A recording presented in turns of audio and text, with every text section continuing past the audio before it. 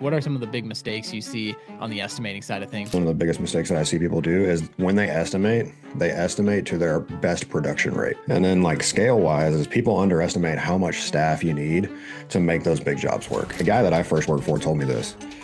He said, find people that can do something 70% as well as you can and pay them to do it. The most valuable thing that you can do is just have more time. The thing that makes your company do better and make more money is you finding more projects and doing more jobs. What are some of the biggest mistakes made when you're doing the $500,000 Chick-fil-A site packages, scaling up into that next level of some of these bigger site packages? What are some of the big mistakes you see on the estimating side of things where either money is left on the table or they take a big loss? I think overall, one of the biggest mistakes that I see people do is when they estimate to their best production rate. So like if they're like, you have to lay 1,000 foot of pipe and they're like, well, I can lay 600 foot in a day because one day I laid 600 foot in a day. Mm-hmm.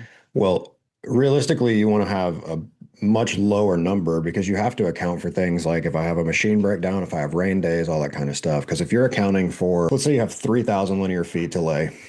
So you're saying you lay 600 foot in a day and that's going to take you 5 days. Mm-hmm.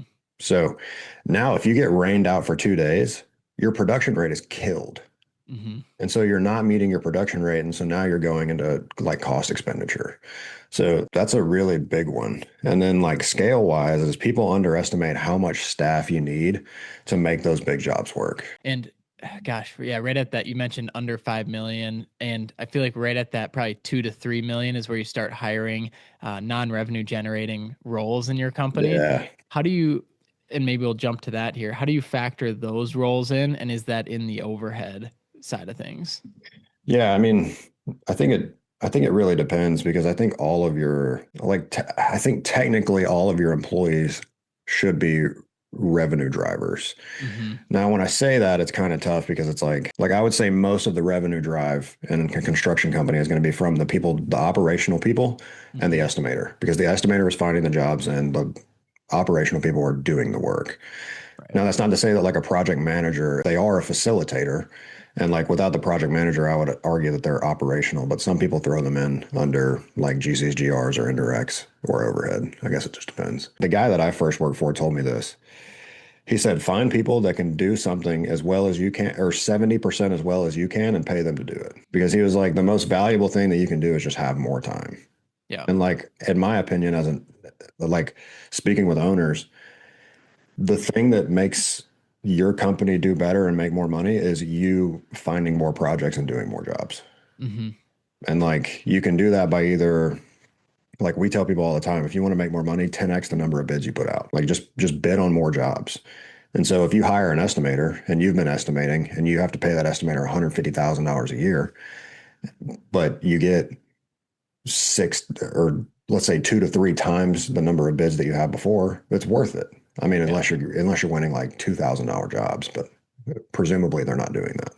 Right. And I think that just comes to a point of volume. And we deal with that a lot in marketing and just branding in general, where Yeah. if somebody tries to send out 500 cards, right, or blitz the market with a couple hundred emails or whatever, and then you see, okay, what is working for successful companies is instead of that 500, this is 50,000. Yeah. And like really increasing that. And that's what you're saying here too, is with the owner. And I think this is maybe where some owners get tripped up, is because as an owner, you have 10 other fires to put out as well on top of estimating. And then with an estimator, typically that's one of their few hats that they wear because it's such a big focus in the company. So and I know I wrote that down too. I wanted to talk to you about is just, you talk a lot about bid strategies, but also getting more jobs to bid on is a huge part of that as well. Essentially, like for cash flow purposes, I want to have as much money coming back to me as soon as possible.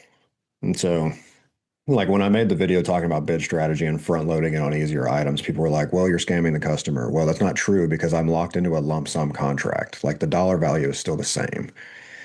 Now, if I'm doing pay draws and they're paying me down still, that just means I get money sooner, but the lump sum doesn't change. So, like, I think a lot of people that see that content are thinking like residential owner wise, but it still doesn't change for the residential owner. Yes, they have to shell out more money up front, but you also shell out less money on the back end. So, Right. Yeah, I think that's a weird thing.